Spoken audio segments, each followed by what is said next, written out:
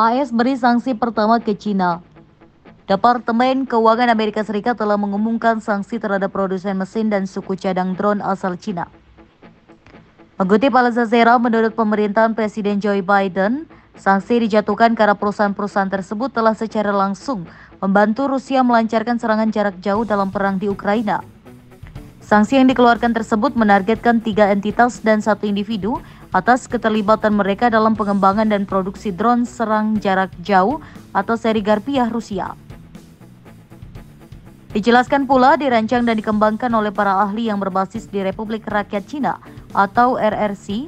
Garpia diproduksi di pabrik-pabrik yang berbasis di RRC bekerja sama dengan perusahaan pertahanan Rusia sebelum mentransfer drone tersebut ke Rusia untuk digunakan melawan Ukraina. Rusia baru-baru ini menggunakan serangan pesawat nirawak jarak jauh untuk menembus pertahanan udara Ukraina yang menimbulkan malapetaka di seluruh negeri, termasuk serangan rudal di kota Poltava yang menewaskan 55 orang dan melukai 328 orang. Presiden Ukraina Volodymyr Zelensky telah mendesak AS untuk mengizinkan pasukannya menggunakan senjata jarak jauh untuk menyerang jauh ke wilayah Rusia. AS sebelumnya menuduh Tiongkok memberikan dukungan material kepada Rusia untuk mendukung perangnya melawan Ukraina.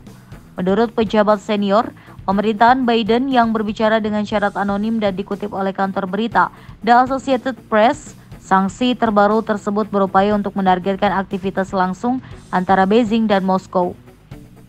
Ini adalah sanksi AS pertama yang dijatuhkan pada entitas Tiongkok yang secara langsung mengembangkan dan memproduksi sistem persenjataan lengkap dalam kemitraan dengan perusahaan-perusahaan Rusia. Tiongkok telah menjalin hubungan yang lebih erat dengan Presiden Rusia Vladimir Putin sejak invasi Ukraina tahun 2022, tetapi telah berulang kali membantah memasok senjata ke Moskow. Pejabat Tiongkok telah membela perdagangan Tiongkok dengan Rusia sebagai hal yang normal dan sah. AS telah meluncurkan serangan sanksi terhadap entitas dan individu yang dituduhnya membantu upaya perang Rusia. Tahun ini, AS memberikan sanksi kepada lebih dari 300 individu dan perusahaan di Tiongkok, Afrika Selatan, Uni Emirat Arab, dan Turki.